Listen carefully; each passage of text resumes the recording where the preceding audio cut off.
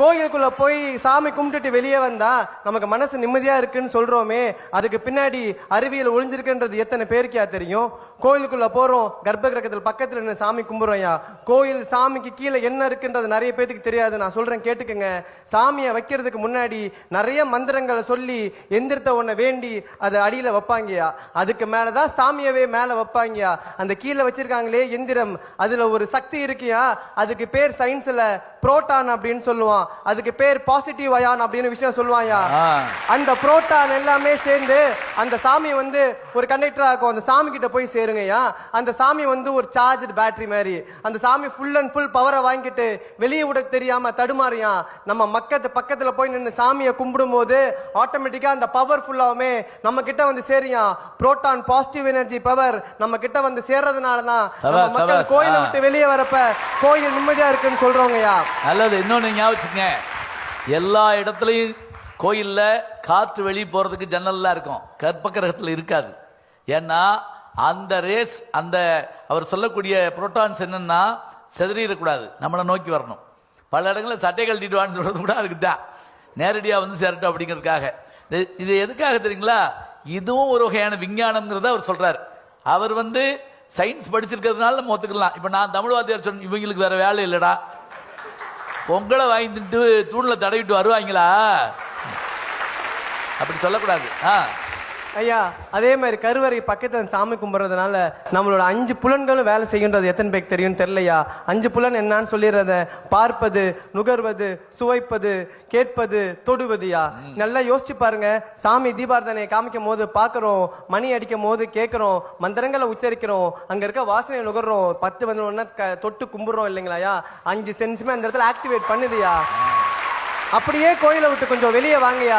அந்த பக்கம் பாத்தீங்கன்னா அரச மரமோ வேப்ப மரமோ இருக்கும். அங்க நிறைய பெண்கள் கர்ப்பம் தரிக்காம சின்ன சின்ன தொட்டியை கட்டி வச்சுட்டு சுத்திக்கிட்டு இருப்பாங்க. நம்ம முன்னோர்கள் மூட பழக்கமா பண்ணலையா, அங்கேயும் அறிவிலையும் மருத்துவத்தை ஒழிச்சு வச்சிருக்காயா. அங்க மரத்தை சுத்தி வரப்ப நல்லா தெரிஞ்சுக்கோங்க, அரச மரத்திலையும் வேப்ப மரத்திலையும் தான் அடிக்குவேட் ஆக்சிஜன் இருக்குன்னு சொல்லியிருக்கான். சாதாரண ஆக்சிஜன் இருக்குன்னு சொல்லல. வேப்ப மரத்தாலையும் அரச மரத்தாலையும் மட்டும்தான் ஆக்சிஜனை காலையிலையும் கொடுக்க முடியும், நைட்டும் கொடுக்க முடியும். அங்க கர்ப்ப பெண்கள் அந்த மரத்தை சுத்தி வரப்ப ஆக்சிஜன் உள்ள இன்ஹேல் பண்ணாங்கன்னா செல்கள் உயிர்ப்பிக்கும், நோய்கள் விலகும், கர்ப்பம் தரிக்கும் சொன்னதுனாலதான் மரத்தை சுத்தி வர சொல்றாங்கய்யா. அப்படியே நம்ம வீட்டுக்கு வருவோம்யா. அப்படியே வீட்டுக்கு வந்த உடனே நம்மளோட தமிழனோட பண்பாடு கையெடுத்து கும்பிடுறது. இது எத்தனை நிறைய பேர் தெரியும். ஆனா கையெடுத்து கும்பிட்றான், பக்கத்து வீட்லயும் கும்பிட்றான், நானும் கும்பிட்றேன், அவனும் கும்பிட்றான், நானும் கும்பிட்றேன் சொன்னேன் ஒழிய கையெடுத்துக்கு கும்பிடுறதுக்கு பின்னாடி அறிவியலும் மருத்துவம் எத்தனை தெரியும் தெரியல. நான் சொல்றேன், கையெடுத்து கும்பிட்டோம்னா இந்த கையில நுனியில் இருக்கிறது அக்கு பிரஷர் பாயிண்ட்யா. இந்த கையில நுனிக்கு அக்கு பிரஷர் பாயிண்ட். இந்த 10 விரலையும் ஒன்னு சேர்க்கும் போது காது, கண்ணு, மூளை ஒரே நேரத்தில் ரத்தம் அதிகமா பாயும். அதனாலதான் நம்ம ஆட்கள் அன்னைக்கே கண்டுபிடிச்சான் கையெடுத்து கும்பிடணும்னு சொல்லிட்டியா. அப்படியே அழகா வீட்டுக்குள்ள வராங்க. வீட்டுக்குள்ள வந்த உடனே நம்ம ஆட்கள் நிறைய சொம்பு தண்ணி கொடுத்து சாப்பாடு வைப்பாங்க, விருந்தோம்பல்னு சொல்லுவோம். நல்லா யோசிச்சு பாருங்க. ஃபாரின்ல போனோம் அப்படின்னா வந்து விருந்தோம்பல் வந்துட்டு நின்றுட்டு சாப்பிடுவாங்க, படுத்துக்கிட்டு சாப்பிடுவாங்க, எப்படி வேணாலும் சாப்பிடுவாங்க. ஆனா நம்ம மக்கள் மட்டும்தான் தரையில் உட்கார்ந்து சம்மணங்கால் போட்டுட்டு சாப்பிடுவாங்க. அதுக்கு பின்னாடி ஒரு மருத்துவ குணம் இருக்குன்னு எத்தனை பேருக்கே தெரியும்? ஒன்னே ஒண்ணு தெரிஞ்சுக்கோங்க, அந்த மருத்துவ ஹிரண்யா அப்படின்ற ஒரு நோய் எத்தனை பேர் கேள்விப்பட்டீங்கன்னு தெரியல. ஹிரண்யா, அது பேர் குடல் இறக்கம் அப்படின்னு சொல்லுவாங்க.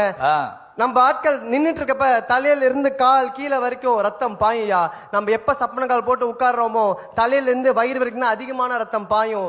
எப்ப அதிகமான ரத்தம் வயிற்றுல பாயுதோ அப்ப டைஜஷன் ப்ராப்ளம் வராது, அதிகமான டைஜஷனை உண்டு பண்ணும். அப்ப சாப்பிட்றப்ப ஜீரணமாகுன்றத நம்ம ஆட்கள் அன்னைக்கே கண்டுபிடிச்சிருக்காங்கயா.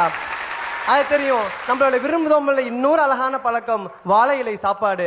இப்பெல்லாம் பிளாஸ்டிக் பிளேட்டு, சில்வர் பிளேட்டுன்னு சொல்லி சாப்பிடுறோம். ஆனா வாழை இலை சாப்பாடு பழக்கத்தை சொல்றேன் கேட்டுக்கோங்க. நிறைய பேருக்கு தெரியாத ஒரு நோய் பார்க்கின்சன் நோய் எத்தனை பேருக்கு தெரியும்?